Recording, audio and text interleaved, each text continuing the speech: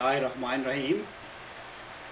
میرے پیارے احمدی بھائیوں، بہنوں، بزرگوں، السلام علیکم ورحمۃ اللہ وبرکاتہ۔ بات چل رہی ہے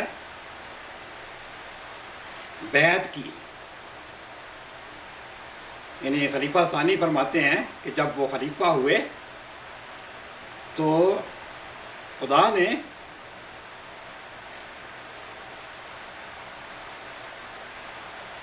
بڑے بڑے آدمیوں کی گردنیں پکڑوا کر ان کی بیعت کروا دی تھی، جس میں آپ بتاتے ہیں ان میں ایک نانا میر ناصر نواب تھے،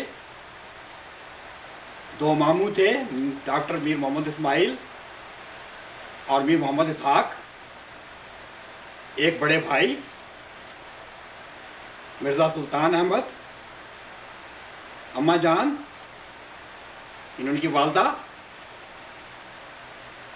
ایک نانی، ایک تائی، ان سب کی گردنیں پکڑوا کے بیعت کی۔ اور میاں بشیر صاحب جو کہ ان کے چھوٹے بھائی تھے، جو قمر الانبیاء تھے، ان کی بھی خدا نے گردن پکڑوا کے بیعت کروائی تھی۔ بڑے سعادت مند تھے یہ لوگ، یہ آ کے خلیفہ ثانی کے سامنے کیا ان کے نانا، کیا ان کے بھائی، کیا ان کی والدہ، کیا ان کی تائی اور کیا ان کے ماموں، سب سامنے جھک گئے، ان کے ہاتھ چومے اور ان کو کہا، اے مسلم عود، اے حضور، ہم آپ کی جوتیوں کے غلام ہیں۔ جب بھی یہ خط لکھا کرتے تھے، یہ ختم اسی پر کرتے تھے، حضور کی جوتیوں کا غلام یا حضور کا ادنا غلام۔ اور جب شروع کرتے تھے تو لکھتے تھے، یا سیدی حضرت امیر المومنین خلیفۃ المسیح ثانی رضی اید اللہ تعالی عنہ، یا میرے پیارے آقا، یا سیدی، یہ القابات تھے۔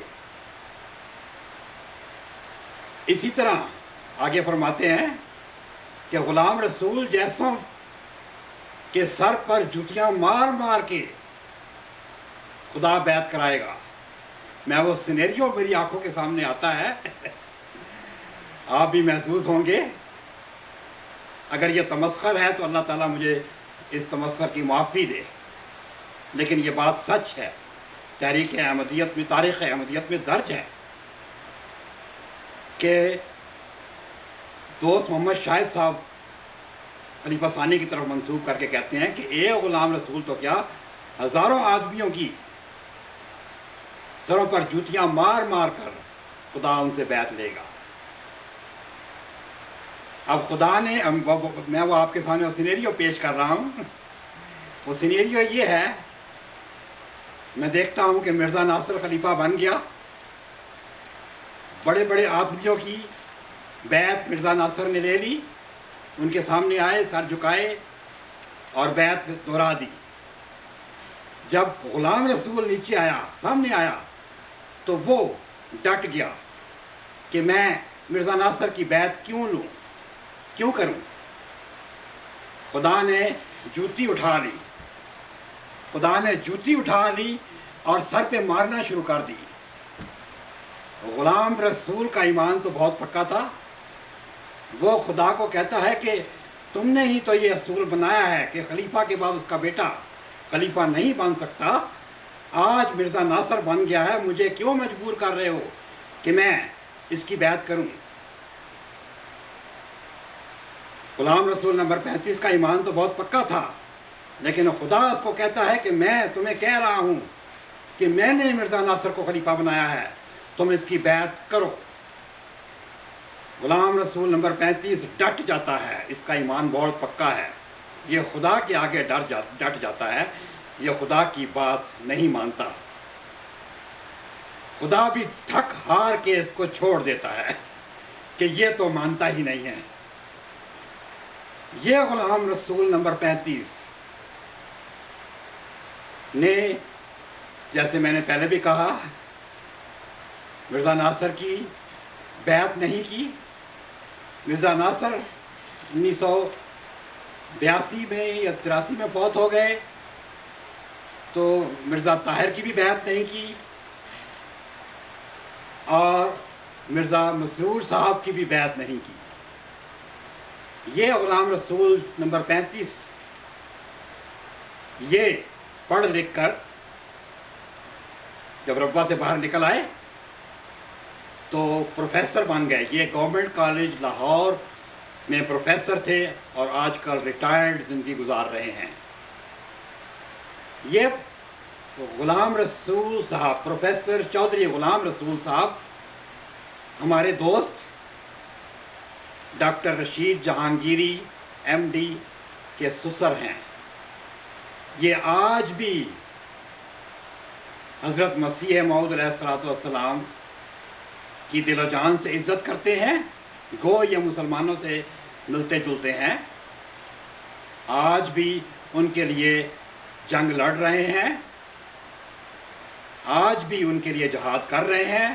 اور وہ الزامات جو نہ صرف اپنوں نے مسیح موعود علیہ السلام کی ذات پر لگائے، وہ افتراء بازیاں جو نہ صرف احمدیوں نے، ان کی اپنی جماعت کے لوگوں نے، بالخصوص ان کے اپنے بیٹوں نے اور یہ مربیوں نے لگائے،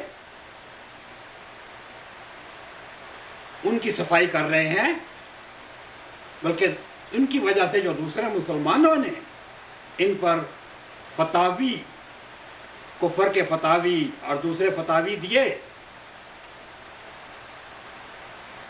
ان کی بھی یہ تصحیح کروا رہے ہیں. واضح رہے یہ فتاوی، کفر کے فتاوی جو مسیح موعود علیہ السلام کے زمانہ میں ان کے معاندین،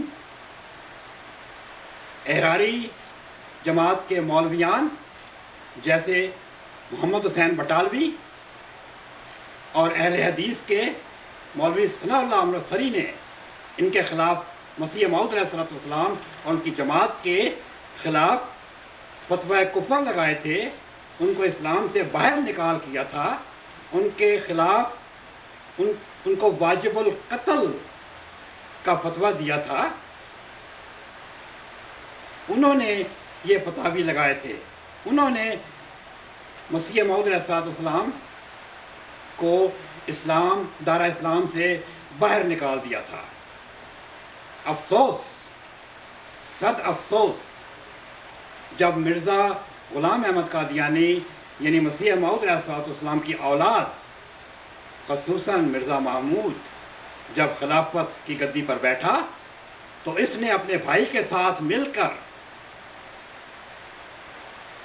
اپنی کتاب آئینہ صداقت اور قمر الانبیاء کی کتاب کلمات الفصل میں مسلمانوں کے خلاف ایسے ایسے فتاوی کفر لگائے کہ ان تمام مسلمانوں کو، جو کہ آج 1.20 کروڑ سے زیادہ ہیں، ان سب کو اسلام سے باہر پھینک دیا. یعنی احراری مولویوں نے تو صرف ایک چھوٹے گروپ کو اسلام سے باہر پھینکا تھا. بہت ہی چھوٹا گروپ تھا اس وقت، شاید 1 لاکھ بھی نہیں تھے. انہوں نے آ کر پورے عالم اسلام کو اٹھا کے باہر پھینک دیا. ان کو کہا کہ یہ کافر ہیں، یہ مرتد ہیں. انہوں نے مسیح موعود کا نام نہیں سنا، لہذا یہ کافر اور پکے کافر، اور ان پر مسلم موعود کی مہر ثبت کر دی کہ یہ تو پکے کافر ہیں. بھائیو بہنوں، ان فتاوی کی بنا پر ہمیں پاکستان میں 1974 میں پاکستانی پارلیمنٹ نے غیر مسلم اقلیت قرار دیا تھا. یہ ہمارے ہی بوئے ہوئے بیج ہیں جس کو ہم نے کانٹوں کی صورت میں کاٹے. یہ مسلم موعود تھے، یہ قمر الانبیاء تھے، یہ قاضی ظہور الدین اکمل تھا، یہ قاضی محمد یوسف فاروقی پشاوری تھا، جو مسلمانوں کو کافر کہا کرتے تھے. ان کی وجہ سے آج ہم نہ صرف پاکستان میں بلکہ دوسرے ملک میں بھی غیر مسلم اقلیت سمجھے جاتے ہیں۔